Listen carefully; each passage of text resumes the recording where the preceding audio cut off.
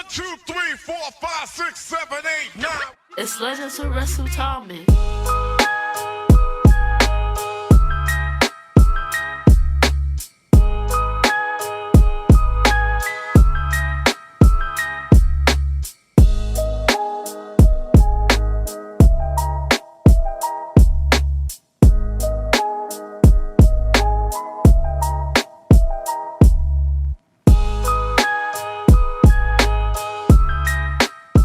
Thomas, and today I got my friend Darren Sharif.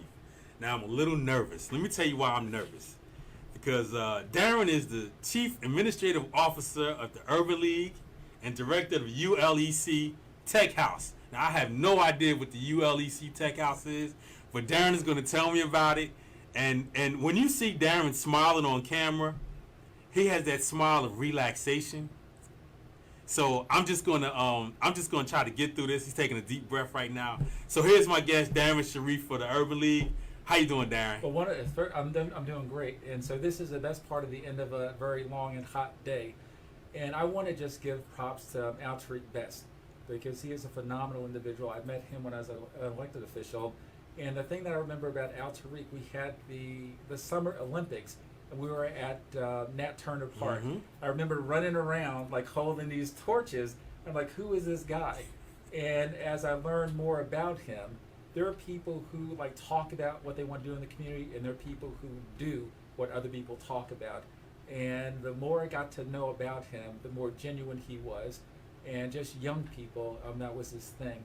And to be in his spot now, it really is an honor to me. And so after we get off air, if he's here, I want to talk to him and just give him props because the technology piece, you said I want to know what that tech house is. Mm-hmm. The tech house is this right here, and it really is providing the technology to give a voice to young people so that they can amplify and talk about those things that other young people and adults should hear.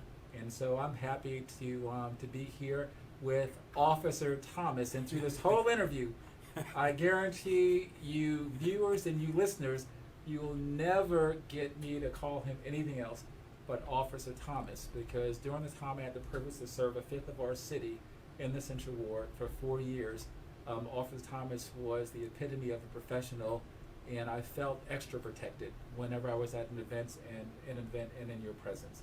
Oh, I feel special now. I thank you for that. Most heartfelt, and you're right. And around here at the hub, 135 Prince Street, we call Al Tariq Best Mr. Hub now. He likes that name, so he already has a moniker. And I actually just sent him a message to see if I can give him. Is Al Tariq still around, or he might have stepped out? He's going to know because he actually wanted to see you. Oh, good. And we'll talk a little bit off air.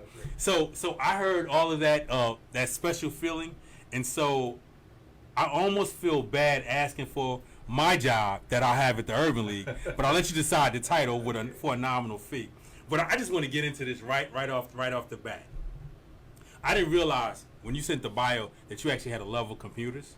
Oh, yeah. And you went through. You graduated from Rutgers. Graduated from Rutgers. Did you just like slide through, or did you get like a title? Well, I'm like a humble person, right? Yes, you are, very. But I, went to Rutgers, and it's important when I run into somebody and I said, "Where do you go to school?" They said, "Rutgers."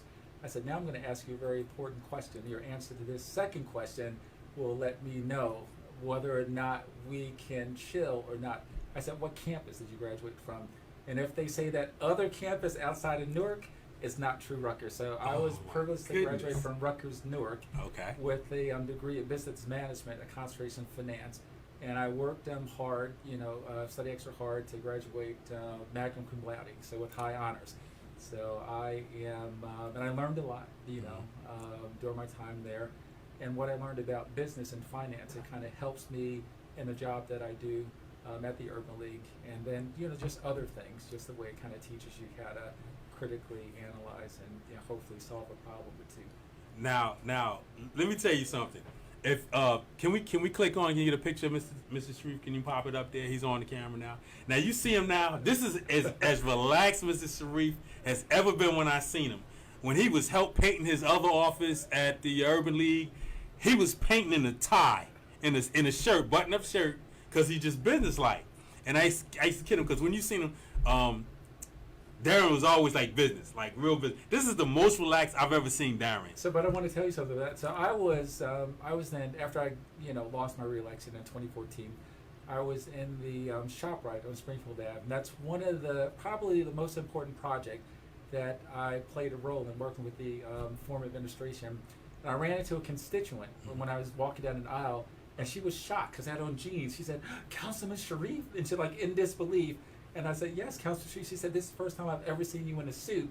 And she even jokingly said she thought I had a pair of suit pajamas, that like I was like always in a suit. And then she said something. She said, "You know what?"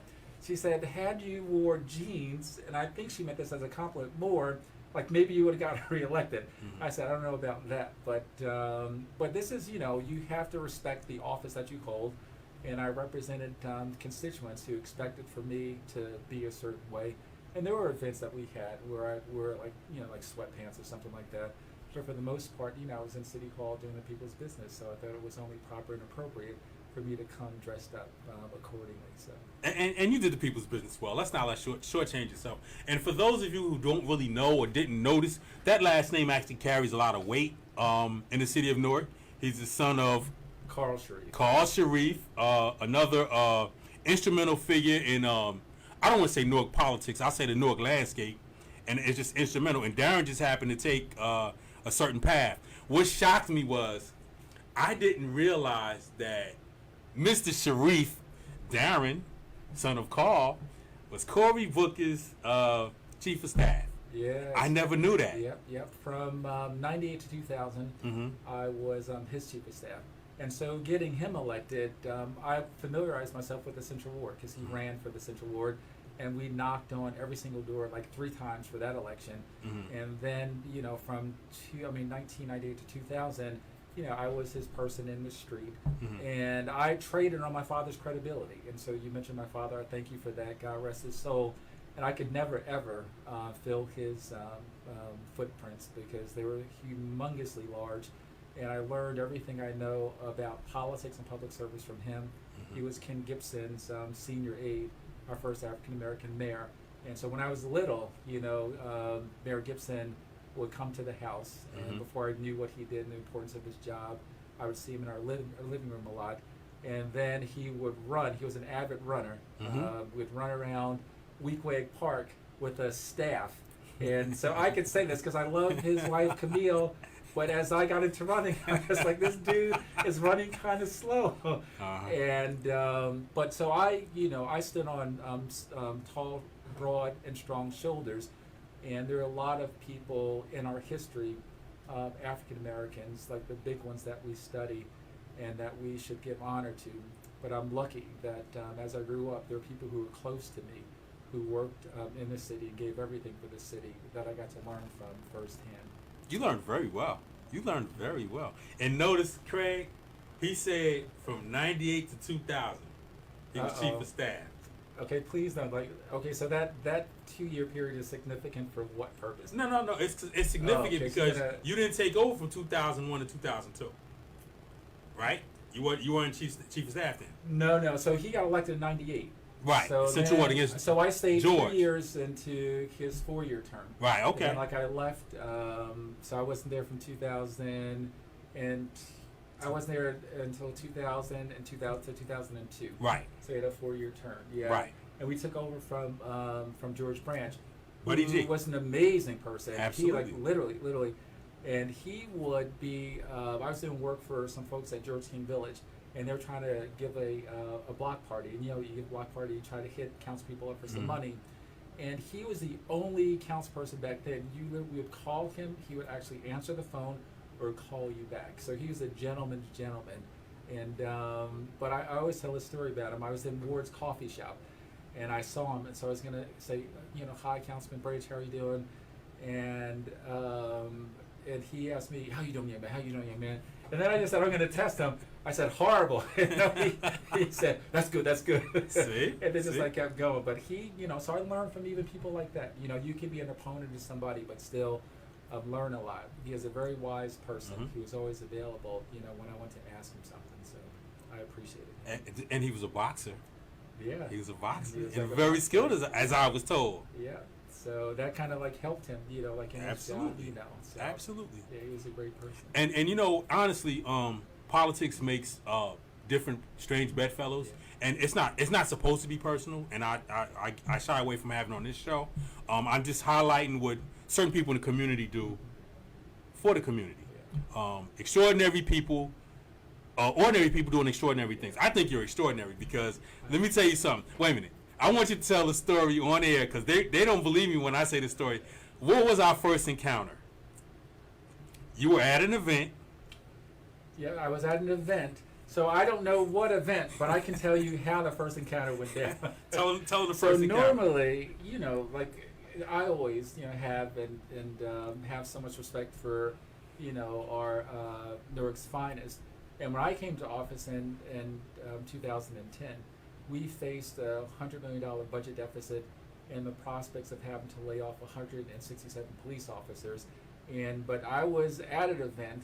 And everybody who's watched this show, okay, they know you may be a lot of things, but shy and unassertive is not one of those things. And so maybe you said, maybe you started the conversation by, Councilman Sharif, it's a pleasure to meet you. Yes. I don't recall that part of it. Maybe it's true. I seem to remember that vaguely. Right. But then you shot right for the jugular. You said, when am I going to get my raise? And so I looked at you. I said, okay, he's in uniform. And he has a gun. So what's the appropriate response, right? Not to just get me out of this, but I'm going to see him around. So I said, look, we're doing the best that we can. We've got like budget issues, and the Newark police, this city can't exist without them. And so I never can promise a result. I can only promise to work as hard as I can, just so that all police officers should get the raise that they deserve, because everybody should know that they really deserve to get a lot more for what they do. They put their life on the line. And now when I said that, I kind of just said to myself, all right, is he going to say, all right, okay. The only thing that I got from this interaction is that he is a politician.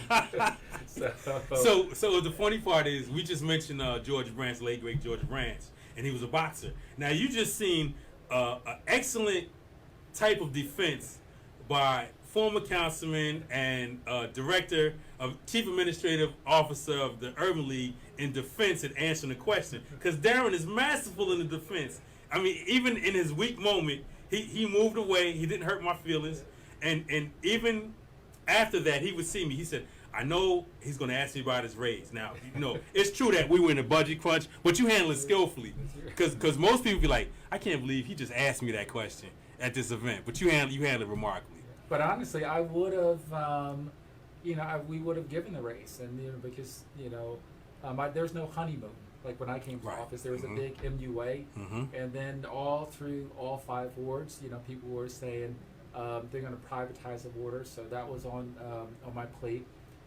We had a former clerk, Bob Marasco, if he wanted to privatize every single thing, and so I was going from shop to shop, department to department, especially the sanitation workers. They want to privatize that, and so it was difficult times. And I knew that like Newark had gone through like a lot of troubled times, and if you can't secure the residents, then it's very difficult to do anything. So if I had the money to prioritize, even to be in trouble and hot water with a lot of other people, that would have been an easy thing to do, to give those folks who are literally on the front line, to compensate them for the work that they do. But unfortunately, I was like looking under my seat. I said, Gladys, where's that 100 million? Extra 100 million. Extra 100 million. So yeah. And let's just say he's just not. Talking about police. We're also talking about our fire, first responders. So his never changed. And let me tell you, I ask him all the time I see him. So now the conversation shifts because I just say, so just now, let me know where my office is going to be in the Urban League, where I'm going to get paid every other week, and everything will be all good. All bets are settled then. So there are a lot of physical places, some more luxurious than others. So there's an inverse relationship between how luxurious your office might be and the amount that we're able to pay you. Closet. So you can find a great, so you want a great closet, right? Because then you get like a big salary. I give you like a big palatial suite. Nah. But the salary unfortunately would not be able to reflect that. But you know, in your past before you retired, you were a huge friend and supporter not only to the Urban League, but to the Fairmont Heights neighborhood where we do our work. And when I left office, one of the first friendly faces that I saw was when we had like one of those meetings, like in our computer lab on the first floor. And I just said, well, to have that kind of representation, it really meant a lot for what was going to get done at the Urban League. And it just really spoke, you know, a lot about you and what your commitment is, you know, because a lot of people, you know, they go to these events and they kind of just check it off and said, okay, yeah, so I attended there. But you brought all of your professionalism and expertise about the issues in public safety that we should be concerned about. So we all appreciated you. And we missed you, you know, when you were going to go. And then, all right, so are all the viewers watching me? Because now this is going to be like a reverse roast. So you know how you said, like, I want my money back, right? Mm-hmm. So the thing that we talk about most, like every month, we said, when are we going to get our Crime Watch? The meeting. Was the meeting or the training? The training. The classes. Oh, yes, okay, yes. So Officer Thomas gave the absolute best Crime Watch trainings ever. And so we've been struggling since, like, to get somebody to kind of live up to the standard that you set. Oh, and to this day, to be honest, like, we have not had Crime Watch training. And no offense to anybody who's there, I know a lot of stuff is going on, but I know the folks that signed up on it, and we saved our PowerPoint presentations, right? You kept it real, it was funny, but you imparted the important information that we should have and residents should have. And so that's one of the many important things that you did at the neighborhood level that I appreciated. He's smooth. I tell you, he's smooth. No, so, and they said to me, they said, when you come on, if you don't, that's when you're going to watch the street, everything street. If that doesn't come up several times in this interview, there's no place for you to come home. They said, ask him what's up with the Crime Watch. I know he's retired, but he can do a cameo or three. Or I can. You want the good news or the bad news? It doesn't matter. Take the good news. Okay. So the good news is I actually trained some other people, and all you have to do is reach out to me, and I'll give you their information, and they can continue that the Crime Watch. Oh, great. The bad news: the first precinct is no longer there. I know. So somebody said to me like once it was going to be like a museum. I think you told me. Yes. I think you guys fall under the 6th precinct. I think. So where physically is that?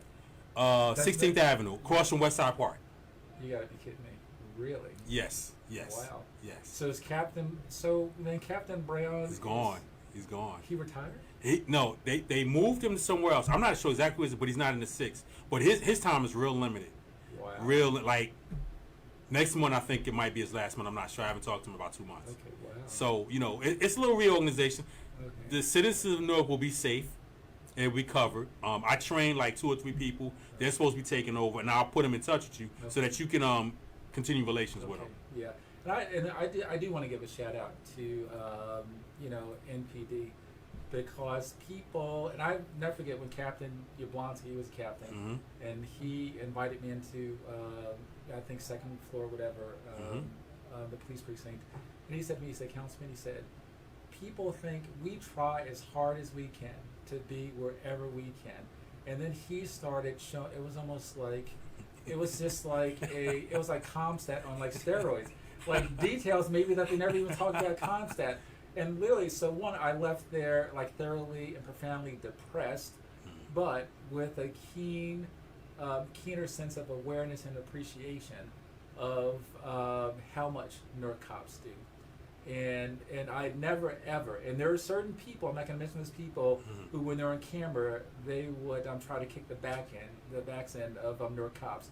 And there's not a Newark police officer who could honestly say, when I went to them, I saluted them and thanked them for their service, because unlike a lot of residents, and it's properly that way, that I knew on a day-to-day basis how they had to shuffle and redeploy resources. You can get a call for service at one category, and then something comes in, and that's got to be diverted to somewhere else. And I wouldn't want to be a cop for, you give me a gazillion dollars.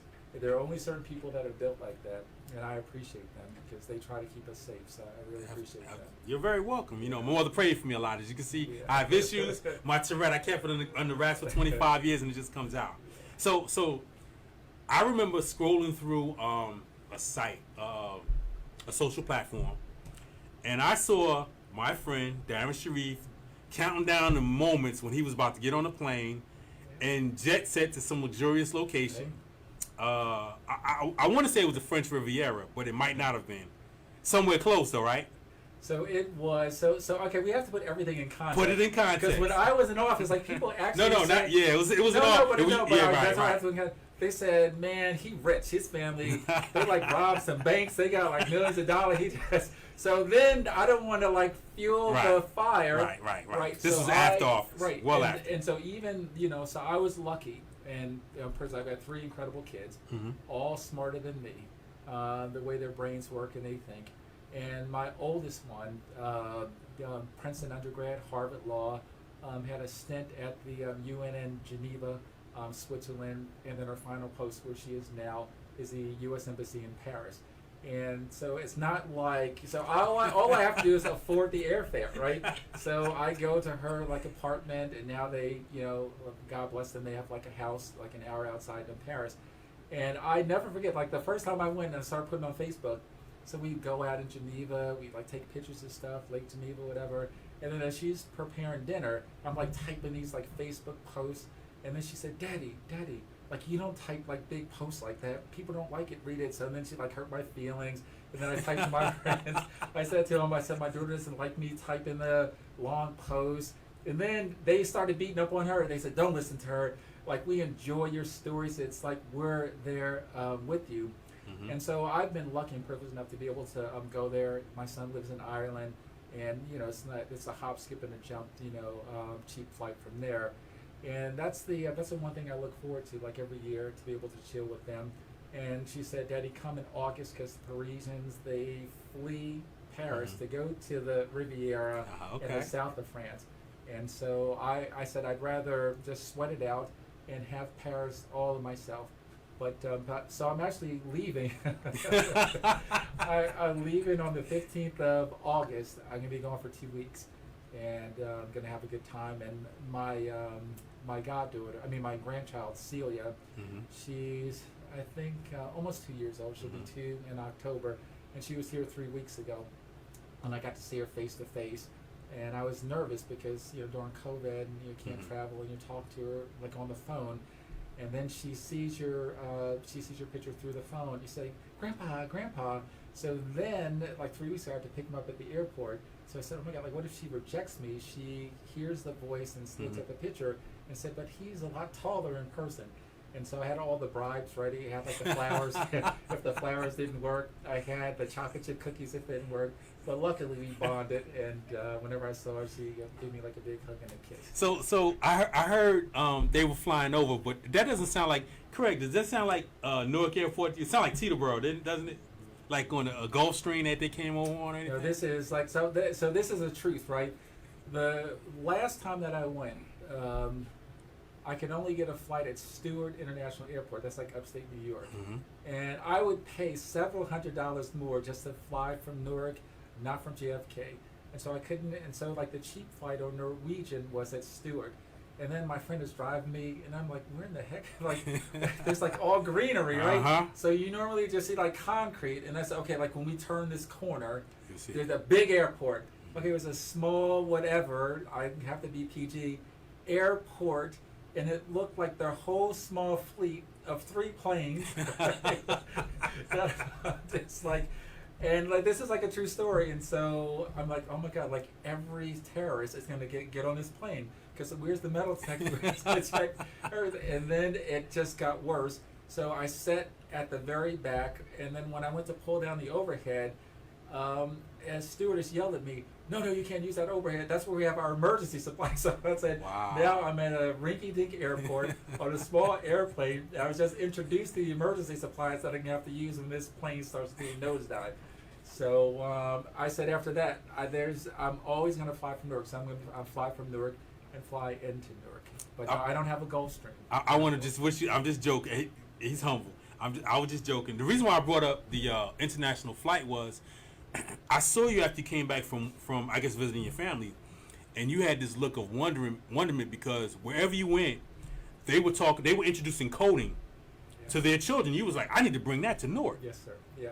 So in 2016, when I went to Geneva, and I've all like I'm A+ certified. I can fix computers, like all that kind of stuff, a little networking, and I always learned from somebody who was smarter than me. And I always knew that this is the one skill set, technology, and even what we're doing here. We have Craig. This is gonna make this look magic. He's gonna make it look like I'm saying something of value, and so, so Craig, no pressure on you, right? So then I said, like, our kids, there's nothing wrong with their intellectual capability. They just need a resource or resources like this. And so when I went to visit my daughter in Geneva in 2016, she said, Daddy, let's take a day trip from Geneva. And so by train, it's 4 hours to this place called School 42. And when we visited this school off time, it's like nothing, I've seen nothing like this in my entire life. It was started by the 10th richest person in all of France, Xavier Niles. He taught himself how to code when he was 10 years old, only graduated from high school, and he made his fortune by, like, whatever the triple play is, like the internet, the TV, the phone, whatever. For all people who lived in France, it was incredibly high. His company brought it down really low. That's how he made his fortune. And he said, if I can start a company and be a billionaire, coding is the thing, not of the future, but of the present. So he acquired a huge building from the French government, totally got rehabbed it. Every one of the 3 floors had 100, 200 computers on each floor. Walked to the second floor, it was a big gymnasium. And then when I walked in the gymnasium, I said, what the hell is going on here? And there were people sleeping on air mattresses and sleeping bags because it was open 24/7. That changed everything for me. I said, we have to bring that back to Newark. And so this incredible facility we have, I mean, it's not nearly as big as the place in Paris, but it's across from where the Boys and Girls Club used to be in the West Ward, where Newark Collegiate Academy is now. And we're gonna have a big grand opening. I'm hoping you're there. You can like interview me there, like live. Absolutely. Live, and it's for our kids, right? It's for our kids, and it's to say to Don Katz. Don Katz, shout out Audible. You need to hire some of our programmers, and it's to say to Don Katz, we don't want a handout, right? Our kids will be the best in the world. And I really mean this. We can create a chocolate city. Right, chocolate is African American Latinos, right? It makes a beautiful shade of chocolate, of the smartest programmers and engineers that we've seen. And so all of these companies, and Don Katz started it in 2007 when he brought Audible to Newark, and they source and get their talent outside of Newark. So we're saying that we have a pipeline of the best and the brightest right from Newark, and we're going to take them as early as we can, from elementary school through high school. Going to partner with Al Tariq, right? And so, Craig, you're going to volunteer to be a guest speaker, right? At our place. Well, see, right? why you jumping the gun? I am Craig's manager, and I get to say whatever he gets. So we have to make sure. But anyway, go ahead, sir. Go ahead. So that's what that's what one of the important books that I read. It's by this guy Friedman, and he writes for the New York Times, and he wrote this book, The World is Flat, and it's I think 2005, 2006. And it essentially said, when we were up against Y2K, like when it was 1999 and nobody knew, everybody thought that most of the programs that were, Thomas Friedman, most of the programs that were written on computers would stop. It was, yeah, because it was made out like a COBOL. So they said, oh my God, we're in a panic. Where are we going to get all this talent? Now, wasting away, dying on the vine was all this talent in India. And so all the big companies contracted with these coders, and they fixed whatever. And then the apocalypse didn't happen. But then these multinational corporations, they said, we can get a twofer. We can get the best talent at a fraction of the cost. And Tom Friedman said, in The World is Flat, everything has changed, where you had the confluence of the internet, right, and laptop and desktop computers. It equalized everything. And so when we should have been like diving into it head first and getting our kids ready, we weren't, and we're stuck on the whole digital divide. And a lot of people, Officer Thomas, they looked at the digital divide as we don't have equipment. We should have been saying not only the digital divide in terms of getting more equipment, but the digital use divide. Like, how are we training teachers to teach our kids? So that's where we are now.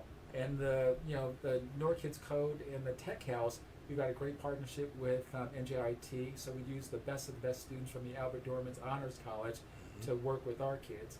And we just entered into a partnership with, and we're hammering out the MOU with Bloomfield College.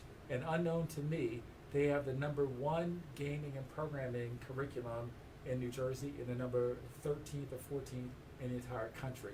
Wow. So borrowing from Xavier Niles and School 42, when we ramp it up, we're going to be open 24/7, and we're going to immerse our kids in technology as opposed to just introducing it to them and making them aware of it. And we're going to do something in Newark that's not done anywhere in the country. And I want our mayor, right, to be the technology mayor, to go to other places and the Conference of Mayors to say, because I'm tired of going to other places. I'm trying to bring best practices. I want cities from Chicago to LA to Philadelphia to Atlanta to come here and to see how what Van Jones said. Van, you're invited to the thing too. How are we going to have a chocolate city of coders and engineers? So I'm super proud about that. Now, where is this happening? I heard an opening, but where is this opening at? So it's going to be at 152 Littleton Avenue. That's the Tech House. And I encourage people to drive by there now. The house is beautiful. And we just, we got a great grant, big props to the Department of Community Affairs, our superstar Lieutenant Governor, who's the best Lieutenant Governor in the country. We got an important grant to allow us to put broadband, high-speed internet access in there. And that's a part of Invest Newark, their Newark Fiber program. So that's where the mayor wants to do the launch, to say that this tech house is not only a resource for kids in the surrounding community, but we have this high-speed, like microwave beam to an antenna. So we'll be able to provide low-cost, high-speed internet access to the houses in our immediate area. We're going to outfit them with some equipment, and then they'll be able to kick Optimum and Fios to the curb and get better value for less money. So we're excited about that. So you mentioned our illustrious Lieutenant Governor, but you didn't say her name. You got to say her name. All right. So Sheila Y. You really have to know her to know the Oliver, and I love her because she's a daughter both of Newark and East Orange, right? She's a Jersey girl. She calls herself a Jersey girl, and she was the executive director for the Leaguers. So she was grounded in nonprofit work. So normally when you get a lieutenant governor, they say, like, what job do you want to get? And she chose the Department of Community Affairs, specifically, I believe, because a lot of their work is in so-called at-risk cities like Newark.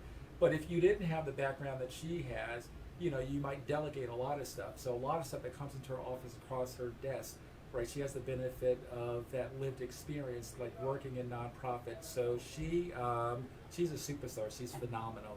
I sing her praises everywhere.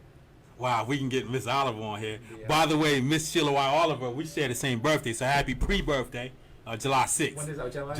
July 6th, so don't forget her birthday. I definitely won't forget. And me, I'll just take a check. It's okay, not a problem. In lieu of your raise. No. See, slow down there, Counselor. Okay. Slow down. All right. What we're gonna do is we're gonna fire me a spot, so I have to work as hard. Okay, there you go. Matter of fact, since what we have to do is we have to identify a place at, what's the address? 152 Littleton. 152 Littleton. I got a place for you. I got like a room right for you. See, It's what? this beautiful solarium. Oh, it's my right goodness. off the back, and so during the day you can get your nice sun, and then during the evening, then you can just walk around, all the equipment there. So I have your place. When you come on September the 14th and 15th, we have to nail down a date. You're going to see where your place is. You make sure you nail down the date, but that's not in lieu of a check. That's just another added option.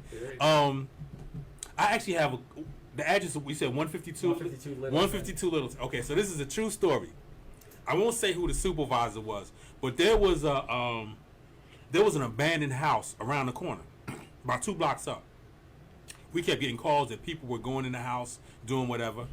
So actually, Captain Brown, shout out to him. I know his time is ticking. Excellent. He was at the time he was the captain of the 1st precinct. Captain Brown says, "I have an idea." He actually nailed the door shut. He nailed everything shut, and the door was shut, and couldn't nobody get in and out. So when we were actually on We met you there. We I met saw you. you there. Yeah. We're not gonna say the name. We're not gonna say the name. Yeah. So we look up the street. We're looking in the opposite. We're looking at the house. Yes. We're looking at the beautiful work. They were just bringing in furniture. And Captain Brown looks down the street, and we see this guy carrying this 200-pound door. He's struggling. He's like 2 blocks up. And Captain Brown goes, "I don't believe this." I remember that. You remember this, right? So he lets him come all the way down to 152 Littleton, and he goes, "Where'd you get that door from?" The guy gets some rinky-dink answer. So, okay, now, you're either going to get locked up, or you're going to put it back.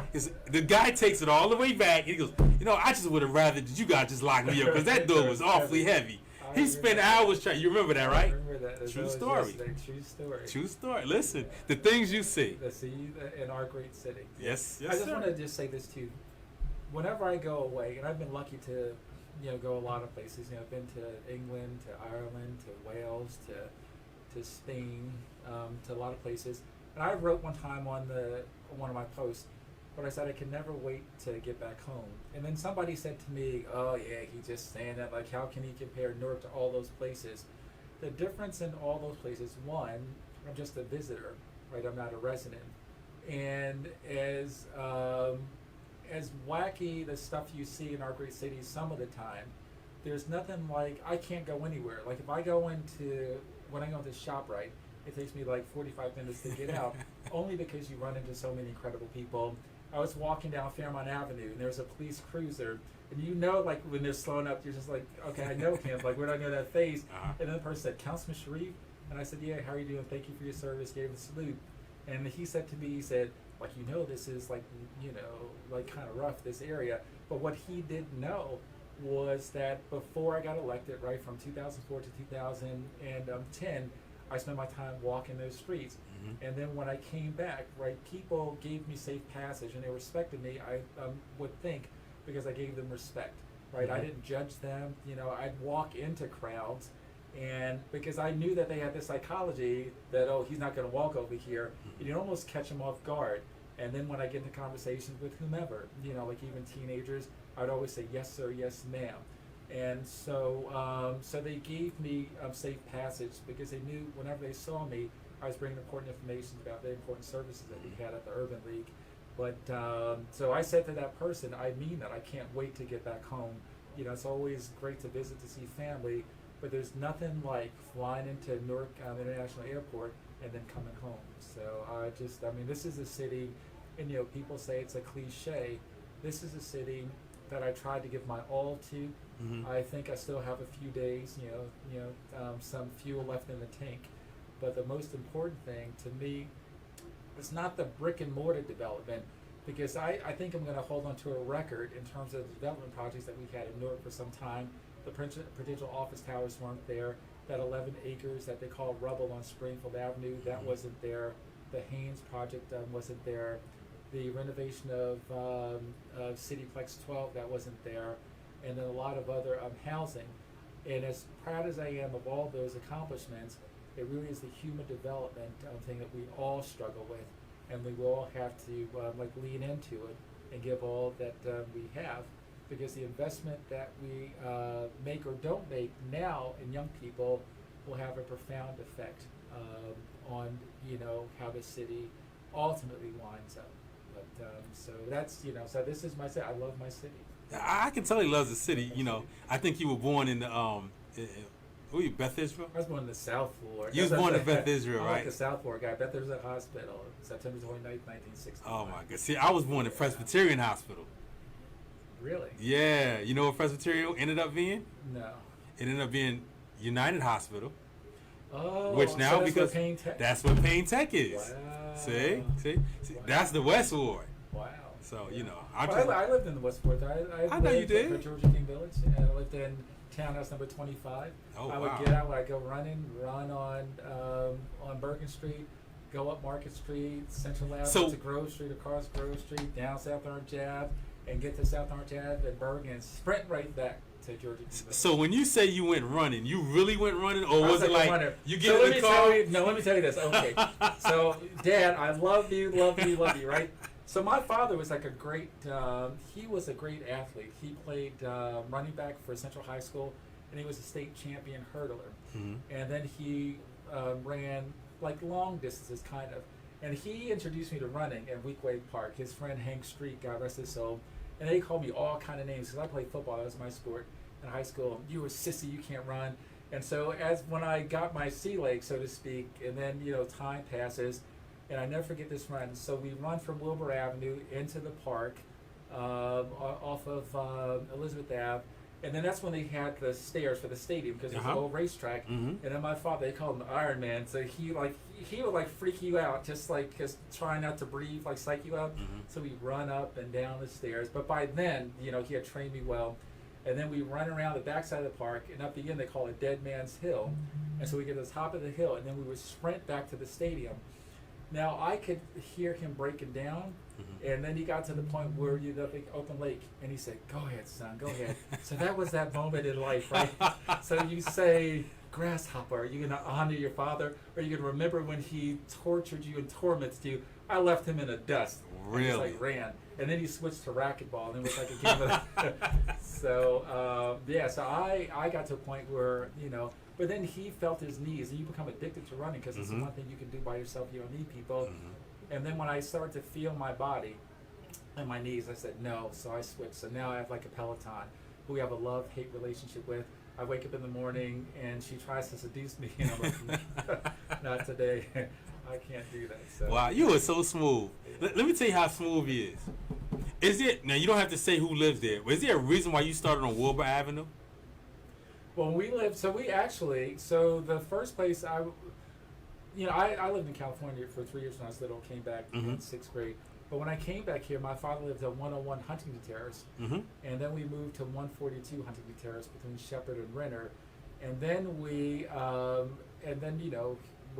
the family got big or whatever, and then he found a house on Wilbur Avenue. But you know who we lived right next to? We literally lived right next to. He was a councilman then, Mayor Sharp James. See, I wasn't gonna say. And then across the street and down the street from Councilman Grant. So our street, but my father never babied me, right? So I remember Councilman Grant's son, like Ralph the Third. I know Ralph. So they had with the curl, right? So they had So you had the Saturday speedy jobs, right? Okay, so they worked in his office. It was air conditioned. My father said, "I want to introduce you to real life." So he got me a job. I was sweeping and sanitation. So I'd start at the end at the bottom of 7th Avenue and have to sweep all the way up to Clifton Avenue. Wow. Where the colonnades are. And that was my summer job. With the thick outdoor brooms, right? With the brooms, I got the technique. I was like this, like Russia. I like the callus thing. I worked one time. My mother worked at General Motors. I worked on the assembly line at General Motors, and so they, and that's what I credit them with. They never, especially my father, gave me that privilege, right? To take it for granted. I always did stuff that we should do, right? It kind of grounds you and gives you perspective on, how a lot of people live and the dignity of work. So I really, I really learned a lot. We called our house in Wilbur Avenue the Public Service Plantation. Wow. And I was the dumbest kid because as soon as they were 18, they're like, free at last, thank God. And then I would just say, oh, there's something about going to these meetings.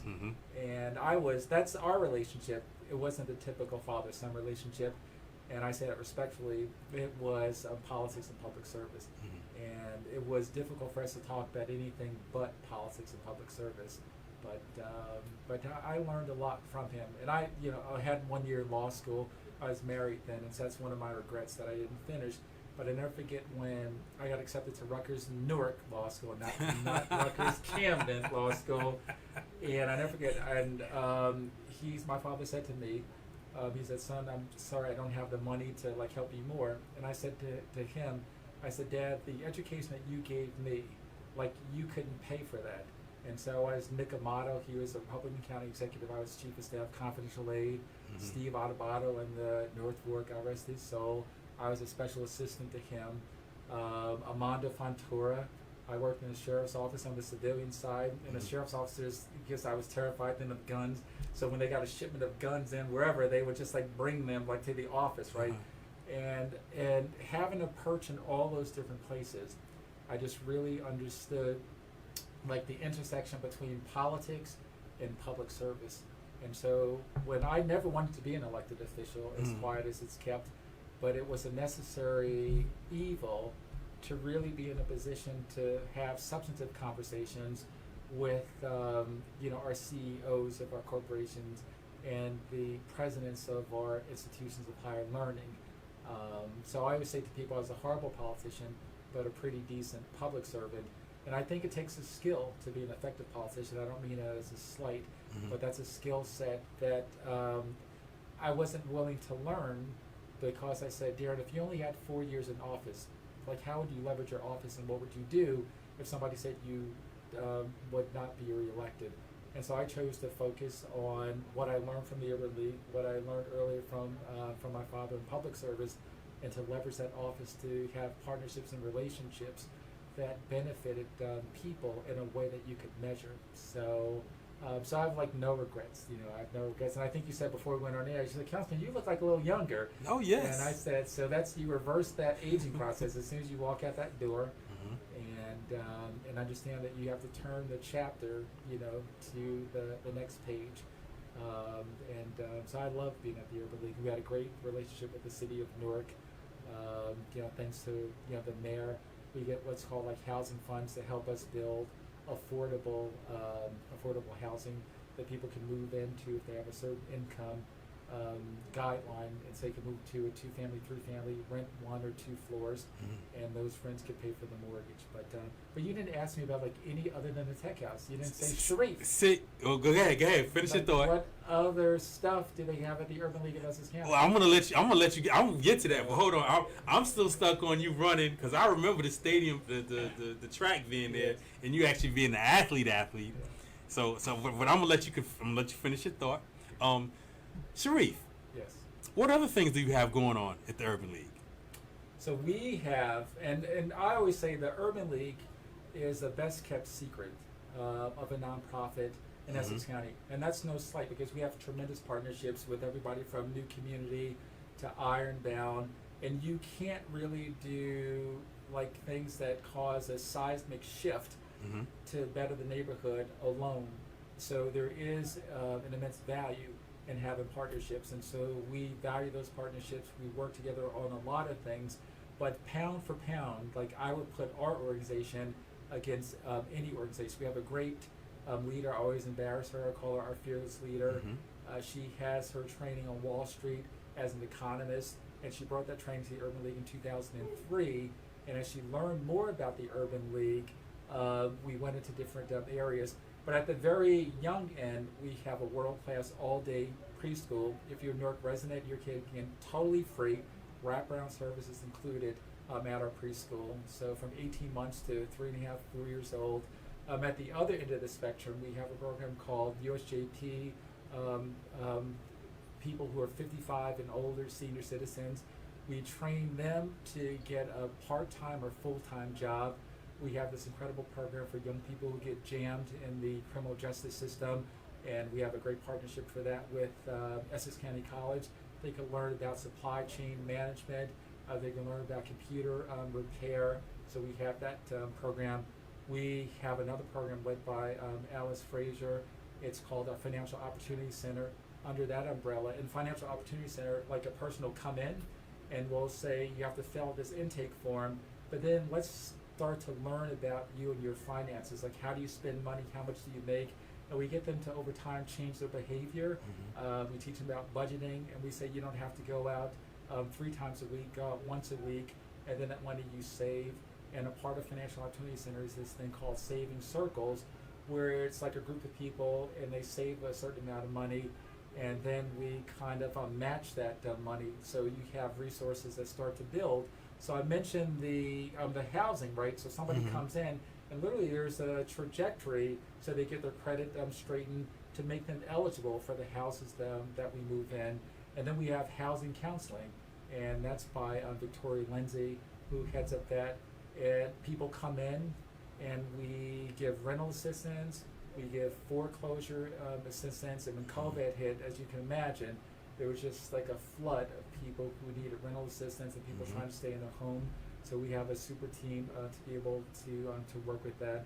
And I forgot to mention, like Heather's Wilson is connected to the daycare.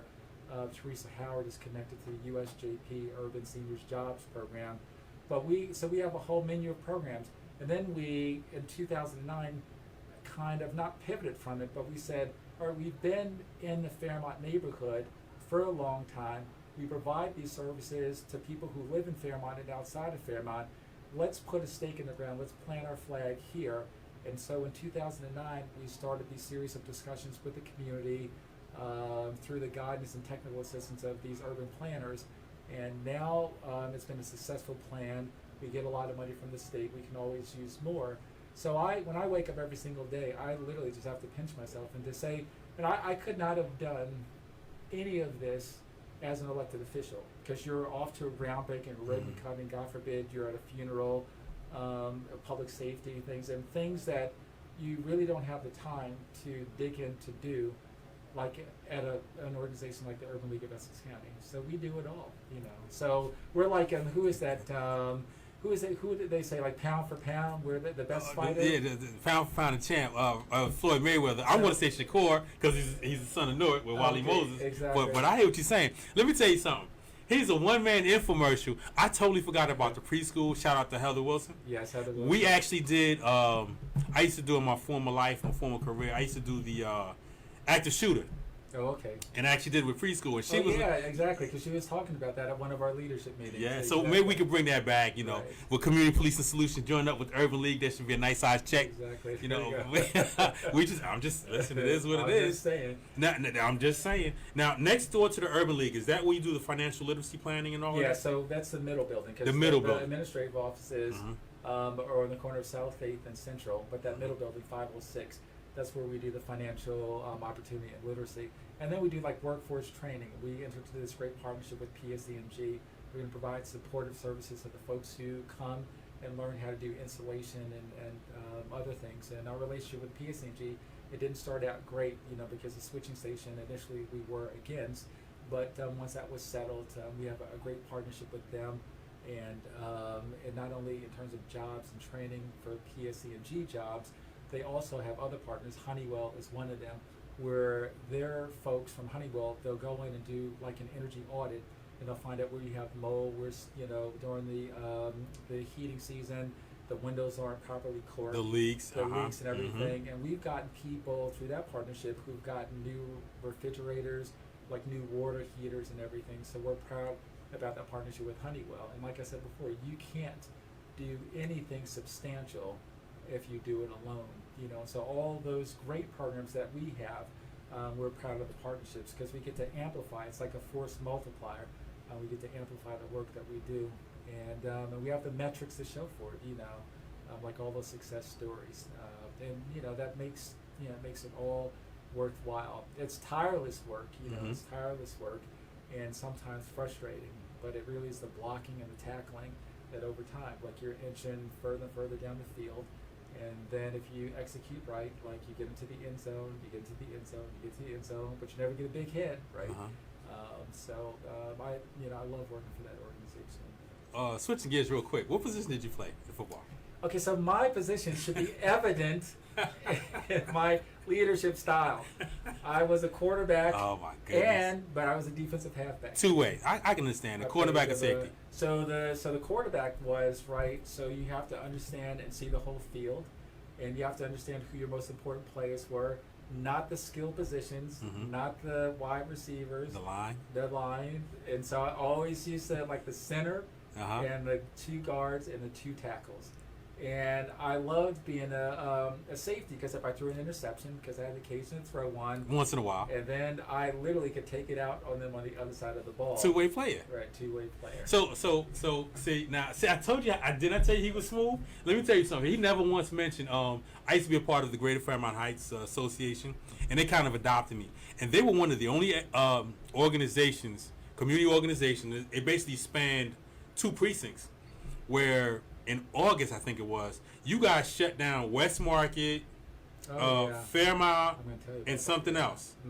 So we like West Market like when you would go around West Market, and where you leave Central Avenue to go into West Market, we shut that off, and then all the way by George King, we shut Littleton, and then Fairmont, and then we had a street fair. And what hurt us for this last 2 years, obviously we couldn't have it because of COVID, but that was always an amazing gift to the community, to say we value you, this is what we think about you, and we throw out all the stops. And so we have like a trackless train. We have brothers from the neighborhood who cut hair. We pay them to cut hair, get free haircuts. We have a bouncy ball where this kid, when it deflated, he wouldn't get out. The bouncy ball said, "Get out of that bouncy ball house." And so we're looking forward to, obviously we have it in August, but not this August, but next August in Coming July. up. Yeah, that we'll be able to have it again.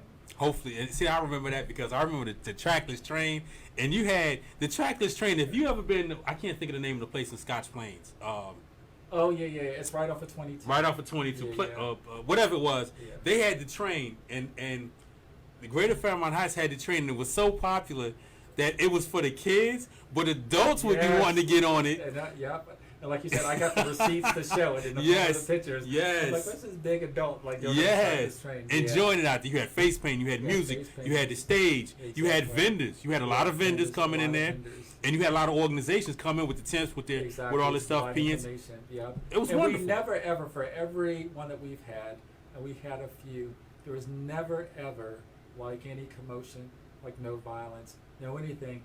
It could get aggressive on the food line, no. Right. And but even that was all good, you know. So hopefully next August we'll have it again, and we'll have like a big grand reopening. So we're looking forward to that. See, I'm trying to tell you. Let me tell you, Mr. Sharif is all over. He's smooth with it though. He's all over the place. Was that Mr. Best that walked by? It was. Okay, so we're gonna make sure that you see Mr. Okay. Best. So we're here at 135 Prince Street at the Legends Radio Show with Mr. Darren. I'm a quarterback, Sharif, former councilman, chief of staff to I don't even know what number Mayor Corby was. Corby owes me a check, by the way. Oh, he does. Oh, see, he says he After, does. after I get my check. Oh my good, you trying to see? We just gonna let it go. That's another subject. I just wanted to ask you about, because I lost my train. I was laughing. You did run that. You didn't like get in a truck, an SUV, and jump out of the location and go jog for 2 blocks and get back in the SUV and then take off, right? No. Okay. That's hard. I just listen. I know some things. I don't know everything. Straight up. Okay. Well, listen. All I can say is, besides it being a pleasure, and we were actually reconnected. We were supposed to do this a couple of weeks ago, but the schedule was kind of messed up. This is your time to give a shout out to anybody you want to give a shout out to, your lovely grandchildren, granddaughter, whoever you want to do. This is your time, your platform. So I want to just, because I give a shout out enough like to my kids, my granddaughter. I was privileged to see her come before. I just want to give a shout out to the residents, because a lot of people who drive through Newark, a lot of people who read the rare, unfortunate things that happen in Newark, they develop an unfair perception about the residents here. And the thing that I loved about City Hall, it was all like residents, and they were, I love that they were aggressive because I worked for them. But where we are in the Urban League, I run into people who, some people are, stumbled on hard times, but when you talk to them, you interact with them, it's just like kindness, it's love. And this city, has political leadership, but the most important leadership, and I say this respectfully to elected officials, and I said that to myself, the most important leaders are like the leaders in here, like Al Tariq, like you, who are using this platform to invite people on, right, to share important things that people will listen to. And so what I would say to my Newark brothers and sisters, who I love profoundly, deeply, completely, is that the only way to go is forward. And there are going to be stumbles all along the way. But I love what you said earlier. I never thought it was about extraordinary people. I always thought it was about ordinary people working together, focused on something that they could see that could do and accomplish extraordinary things. And so I would never bet against Newark.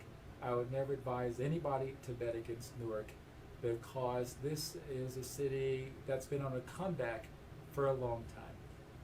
and we're making progress in a number of important areas. But I was always hard on myself. I learned that from my coaches. I said, "Oh, I threw this touchdown. Well, how come you always on me, Coach Luckins?" And he said, "Darren, you know what you do well. My job is to make you a complete player." And so that's what I say. Like, the Urban League is never going to rest on its laurel. I talked about all these important programs. Our job is to do the very best, not only to be a safety net, because a safety net, you always have that vision of you prevent somebody from crashing to the ground. It's a trampoline. So not only do we catch them, but we propel them forward. So I think this is a privilege, a special privilege for me, and so I enjoy being here. So I really enjoy being here. It was a pleasure to have you. He is, of course, Darren Sharif, Chief Administrative Officer at the Urban League, Director of the ULEC Tech House, a graduate of Rutgers. Rutgers Newark. Excuse me, Rutgers. Rutgers Newark. I'm not even gonna start. Rutgers Newark, Chief of Staff. He's actually my friend. We laugh and joke a lot. We can go months without seeing each other. And you can tell when somebody's calling you and you go, okay, all right. And I can see the bubbles over his head when I'm calling him. Like, what does he want now? But he's definitely the gentleman. Like I said, this is the most relaxed he's been. When he was working at 920 Broad Street, there's certain stuff you have to put up with. It comes with the territory.